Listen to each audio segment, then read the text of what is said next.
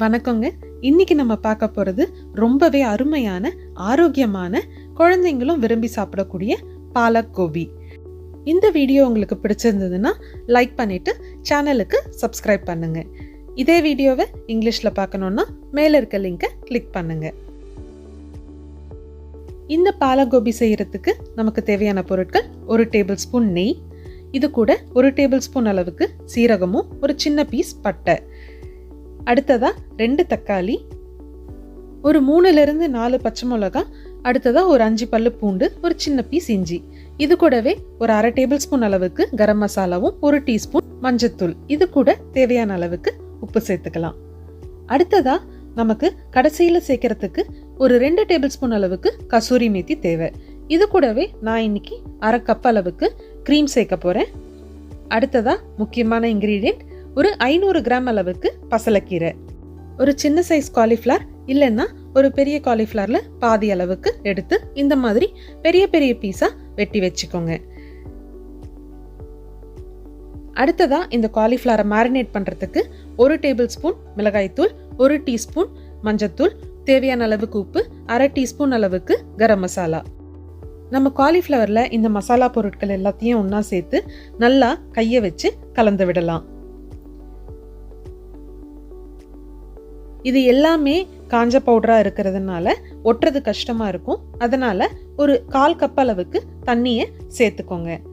சேர்த்து விட்டுட்டு இந்த மாதிரி நல்லா குலுக்கி விட்டீங்கன்னா உங்களுக்கு காலிஃப்ளவர் எல்லாத்துலேயும் நம்மளோட மசாலா பொருட்கள் நல்லா ஒட்டிக்கும்.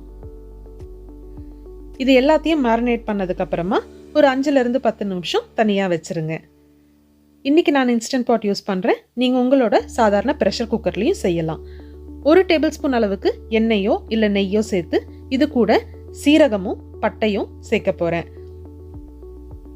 சீரகம் நல்லா பொரிஞ்சு வர ஆரம்பிக்கும் போது அது கூட நம்ம வெட்டி வச்சிருக்க பச்சை மிளகா, இஞ்சி, பூண்டு இது எல்லாத்தையும் சேர்த்து ஒரு 2 நிமிஷத்துக்கு வதக்கிக்கலாம்.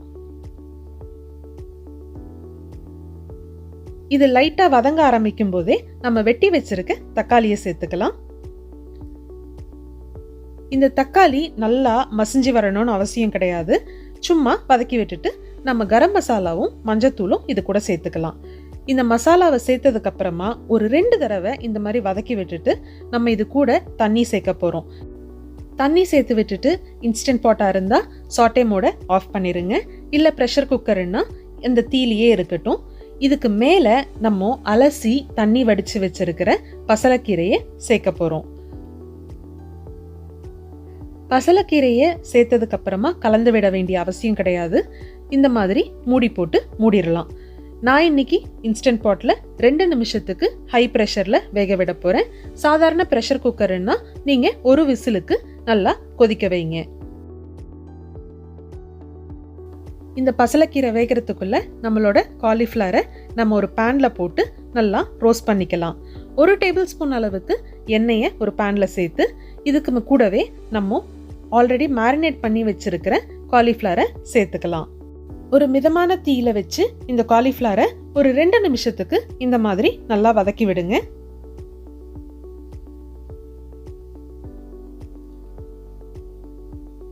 காலிஃப்ளவர் பூக்கள் ரொம்ப பெருசா இருக்கிறதுனால கரண்டியை வச்சு கலந்து விடுறது கஷ்டமா இருக்கும். அதனால பாத்திரத்தை இந்த மாதிரி நல்லா ஆட்டி விட்டீங்கன்னா நல்லா வதங்க ஆரம்பிச்சிரும். ஒரு 2 நிமிஷத்துக்கு அதே மாதிரி மிதமான தீயில ஒரு மூடி போட்டு வேக விடலாம். 2 நிமிஷம் முடிஞ்சதுக்கு அப்புறமா பசலக்கீரையை நான் இன்னைக்கு குவிக் ரிலீஸ் பண்ண போறேன். குவிக் ரிலீஸ் அப்படிங்கிறது ப்ரெஷரை இறக்கி விடுறது தான். நம்ம சாதாரண குக்கர்ல விசில ரிமூவ் பண்ணிடுவோம். இதுல இந்த மாதிரி ரிலீஸ் பண்ணலாம். பண்ணி விட்டுட்டு மூடியை திறந்ததுக்கு அப்புறமா இந்த மாதிரி ஒரு தடவை கலந்து விட்டுருங்க. இது நல்லா ஆறட்டுங்க. அப்பதான் மிக்சியில போட்டு அடிக்கிறதுக்கு வசதியா இருக்கும். இப்ப பாத்தீங்கன்னா 2 நிமிஷத்துக்கு அப்புறம் நம்ம காலிஃப்ளவர் நல்லா வேக ஆரம்பிச்சிருக்கு.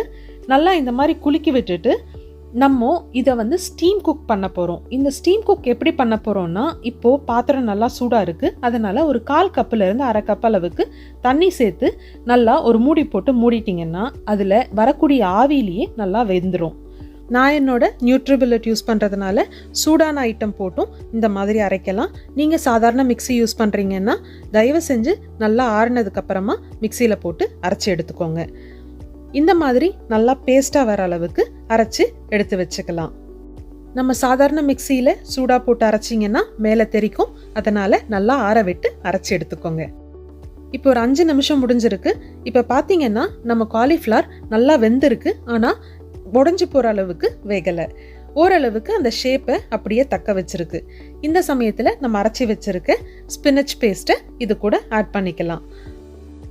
நம்ம அரைச்ச மிக்சிலேயே கொஞ்சமாக தண்ணி சேர்த்து அதை நல்லா கலந்து இந்த மாதிரி ஊற்றிக்கோங்க.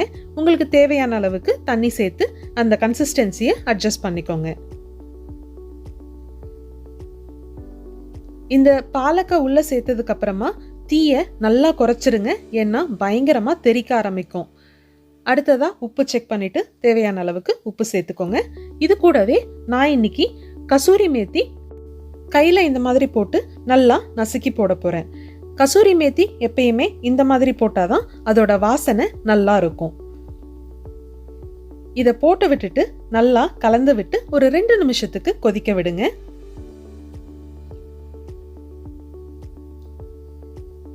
அடுத்ததா நம்ம க்ரீம் சேர்க்க போறோம்.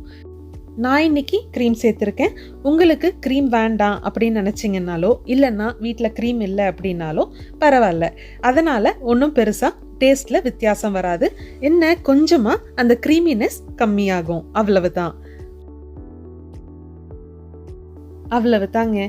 நம்மளோட ரொம்பவே ஈஸியான, ஆரோக்கியமான, ருசியான, குழந்தைங்களும் விரும்பி சாப்பிடக்கூடிய பாலக் கோபி தயார். இதை நீங்களும் உங்கள் வீட்டில் செஞ்சு எல்லாருக்கும் கொடுத்து அசத்துங்க. இதை சப்பாத்தி, ஃபுல்கா இல்லைன்னா பாஸ்மதி ரைஸ் கூட சர்வ் பண்ணுங்க.